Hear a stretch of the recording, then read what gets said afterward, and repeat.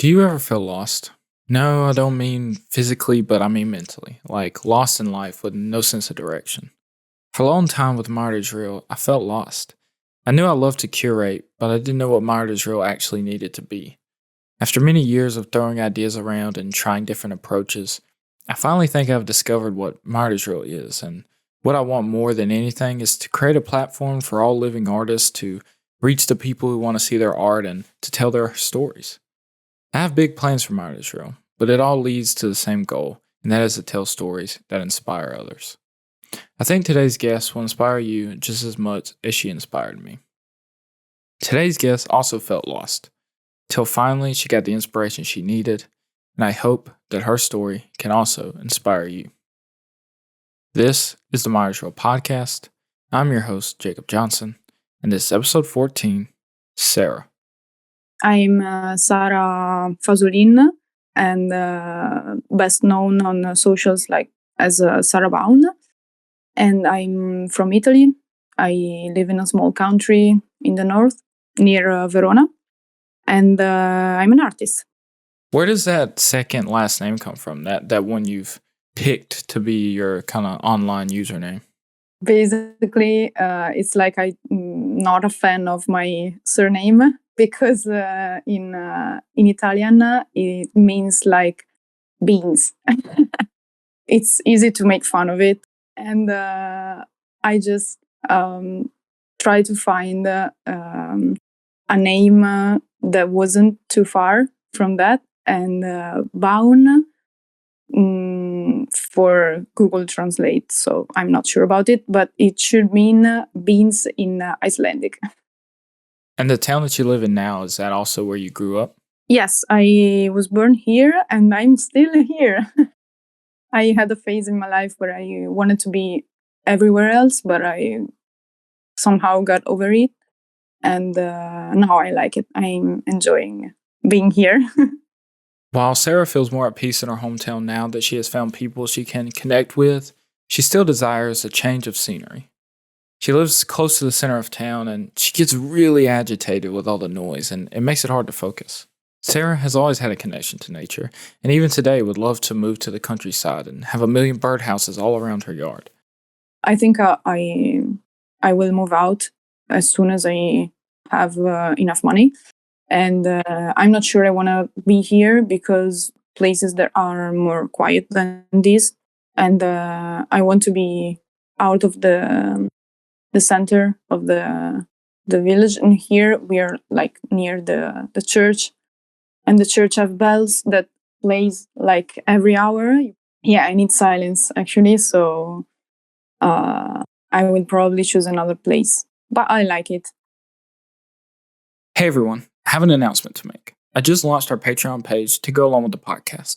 As you may know, Mart Israel is run by me and me alone, and it takes quite a lot of work, especially when it comes to the podcast. I hope that our Patreon will be a way to give out more amazing content while allowing you, the listener, to help the show grow. If you believe in the podcast and what I am trying to achieve, it would mean a great deal to me if you even considered signing up. Our cheapest tier is only $3 a month, and you can already get access to bonus clips that didn't quite make the final episode, and there's much more content to come. You can find our Patreon at patreon.com/MyArtIsReal. Thank you for listening, and let's get back to the episode. You talk about wanting to always move away growing up. Why was that? Why did you not want to be where you were at?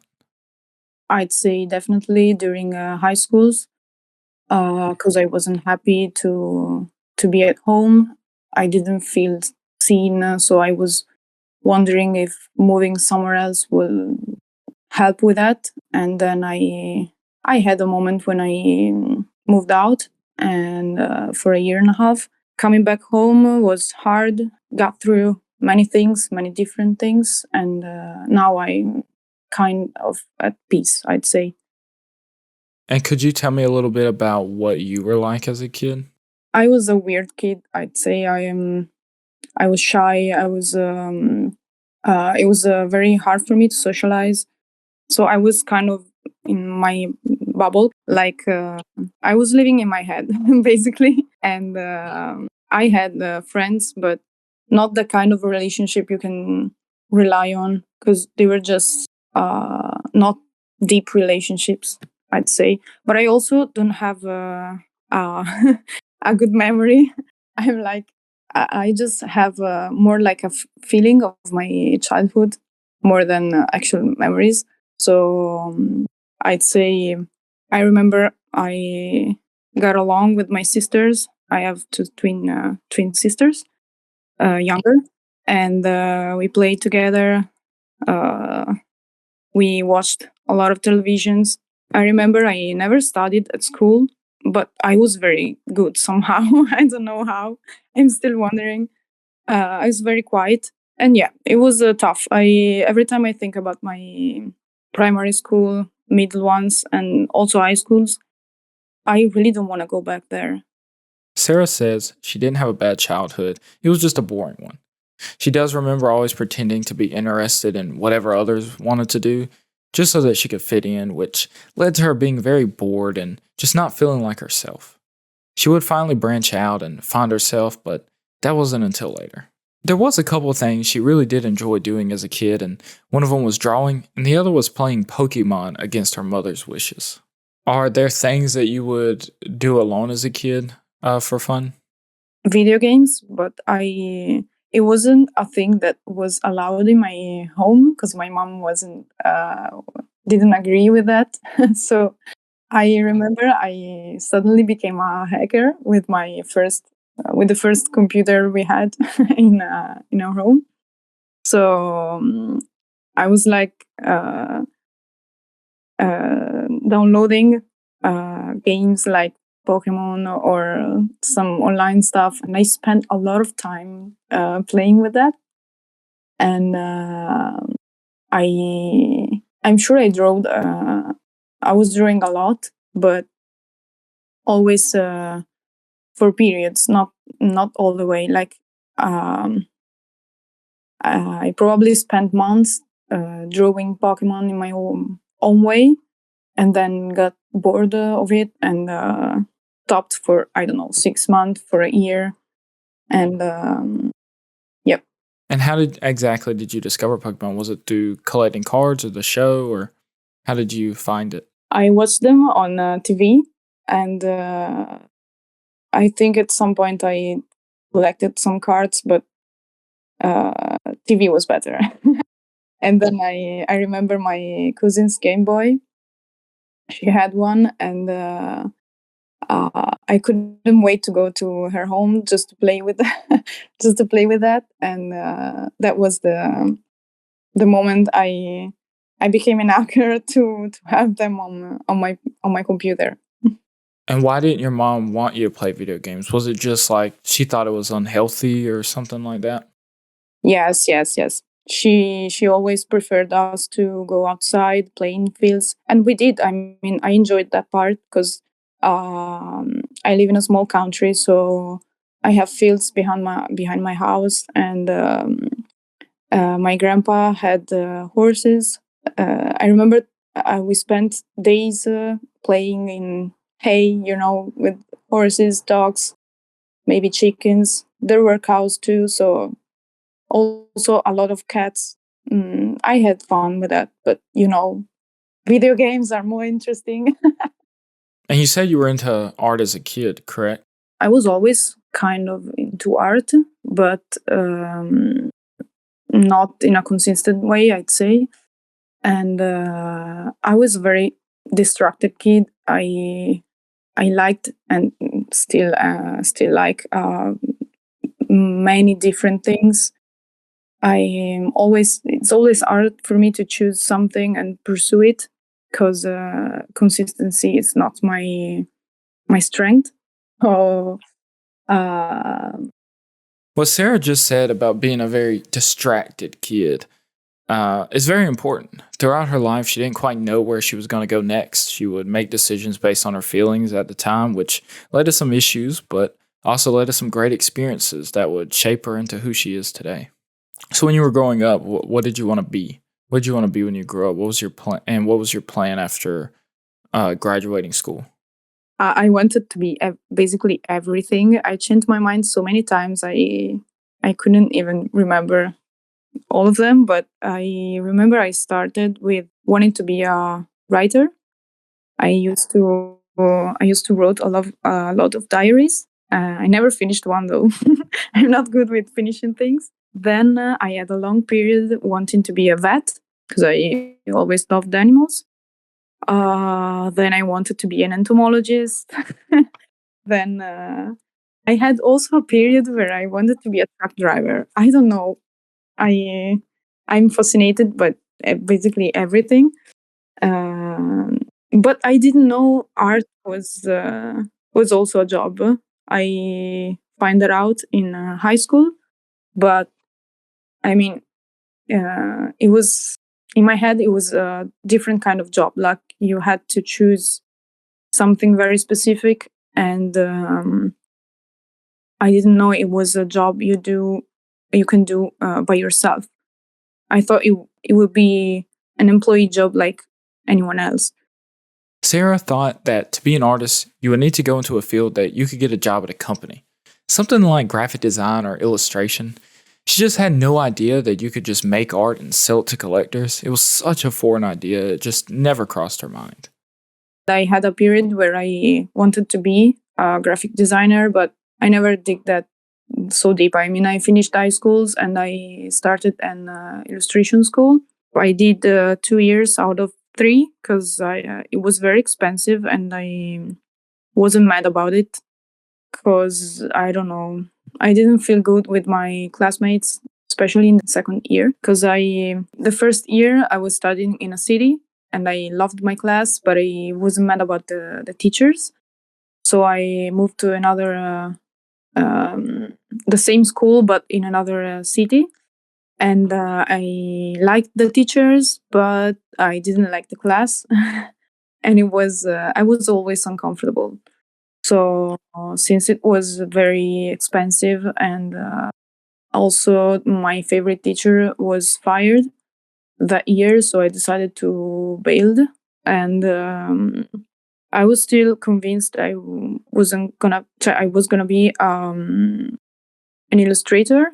I was snooping around in fairs. I was doing workshops with other illustrators, but I don't know what happened actually because I don't remember very well. But and even though I always be around art, I don't know. I never felt like it really could be a job that you could make a living out of it.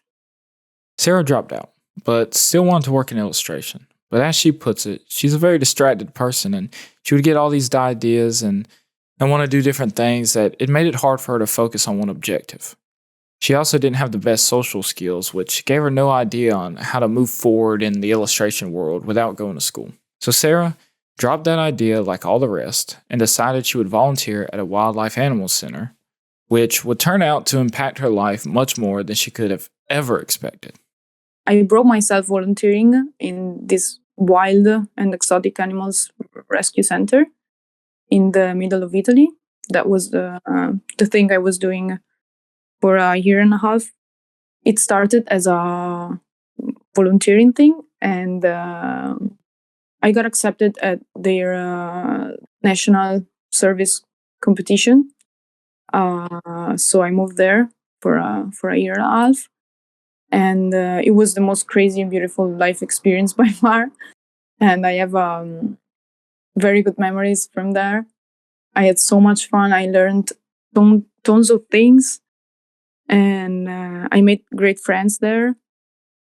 Sara describes working with the wildlife as one of the first decisions that felt truly hers, and she was very excited, but she was also super nervous. Took my things and got there. I remember the first days I was like, why am I here? I want to go back home. I don't belong here. You know, I was still struggling to socialize. And but then in a week, I changed my mind because I started to get along with everything else there. Sara didn't stop drawing during this time because anytime an idea came to her, she just had to grab a pen and paper and sketch it out. But she would spend weeks drawing and then stop for weeks or even months at a time, so art was very much a little hobby and nothing more. While she was there at the Wildlife Center, she found her love for birds, which, even if you look at her art for just a second, you start to feel the great influence this had on her and her appreciation for animals. I discovered the that birds were a thing because unless you're into something, you don't notice how much beauty can be there. I mean, we were working with a lot of animals, like, I don't know, there were tigers, lions, there were parrots, there were also monkeys, sheeps, and but there were also the local animals like deers, boars, any kind of birds. And I was very attracted to them. I found them very fascinating, um, and and I found myself very charmed by birds. And I'm sure people remember me for that because at some point I was like, I want to work just with birds. Let me do the birds, and I will be happy. And yeah, I was surely inspired by all the period in my life because it was very intense, and I learned so many things I that still inspires me. Soon, this wildlife adventure would end, and Sarah had to move back home. She started to feel lost again and almost like nothing good would ever come of her life. So she worked some odd jobs here and there and was trying to figure out the next move. Yeah, I was surely lost because I was changing my mind so many times. I wasn't sure about a thing, and I was surrounded by people who were very sure about their future, and you know, I I'm pretty sure I felt like I don't know, uh, that I wasn't gonna do anything good in my life. Um, but I am also a fast learner when I'm into things. So that helped me a lot because I was like, yeah, whatever I'm gonna choose, I'm gonna learn it fast and make it mine soon. But I was just searching for something that could get me some dopamine, some some purpose in life. The next big adventure for Sarah was more industrial than the last and more labor intensive as she went into the field of stone restoration. uh, I was kind of depressed when I got home. I didn't know what to do, so I just found myself another job at a cafe, and then I heard randomly about a restoration school, a stone restoration school, and I was like, why not? It's for free, so I signed up for it, and I did that for 3 years. I finished the school. I made some very good friends there. I still hang up with them, and I did that for a while. I mean, it's a great job to do because it's very interesting. It's fascinating. You get to see very special places, especially here in Italy. While Sarah did enjoy the traveling and the actual job, she didn't enjoy the work environment. The field she worked in was very much a more manly job, and it was hard for her to get taken seriously. As you can tell, Sarah was directionless for most of her early 20s, just bouncing around with no true goal in sight. But soon she would find the first thing in life that she could stick with and enjoy more than anything, and that was drawing, which had always been viewed as a hobby until that point. In the back of my mind, I'm sure I always thought like it would be great to be um, to be something more, but I didn't really believe that because maybe in in bigger countries like yours in the US, it's more of a thing. But here in Italy, it's just you talk about being an artist for a living, and they look at you and be like, "What are you talking about? It's not a job. Get a real job." So I discovered that very late in life that it could be a thing. So, how did you start sharing your art online? What prompted you to start posting it? I was drawing more, and at the same time, I didn't want um, to go back to building sites. So I was like, well, maybe I can give it a shot. But I remember I was more on socials because I already started posting some doodles in like 2018 maybe, because I was very into Inktober. And yeah, that was my most productive month before getting real about it. I was already snooping around on Instagram, and I remember very clear that I was just starting following some other artists, and I completely fell in love with their artworks. And I followed the link in bio, and I was like, oh my god, she has a shop, an online shop, and she just sells prints of their work. I was like, is this a thing? I mean, I could do that. And this idea started to stick with me. And I was like, I could work from home all by myself and decide things from for me. That was the moment I fell in love with the idea of being an artist. And what gave you that push to finally leave that job and to try to focus on becoming an artist? I have supportive parents too, so and I was talking to my mom because I was everything's cool as long as you don't have to pay a rent. And so I kind of discussed that with her. And I remember her being very supportive about it because you have so much faith in me, more than I do, probably. And so she was, I'm sure if you want to go there, you'll be there. So drop that job. She can saw that I wasn't very happy with it. So I dropped it and started to go deep into this art thing. I started drawing more and posting it on Instagram. When Sarah decided to start pushing her art online, it couldn't have come at a better time. As COVID was about to start, which would end up locking most of the world indoors for a long time, it allowed Sarah to focus even more on her craft. With her incredible skill and her incredibly hard work ethic, she was able to quickly grow her following of dedicated fans on Instagram. I really had no idea where this thing was going, but somehow somehow it worked. I mean, I remember the moment where I started gaining followers were in the during the Inktober in 2020. So that was the first moment I probably felt like it could have worked. And how did it feel when you finally sold some art? Like when you find something you made was fine, someone was, willing to spend money on it and wanted to hang it in their home. How did that make you feel? People had an amazing reaction to them.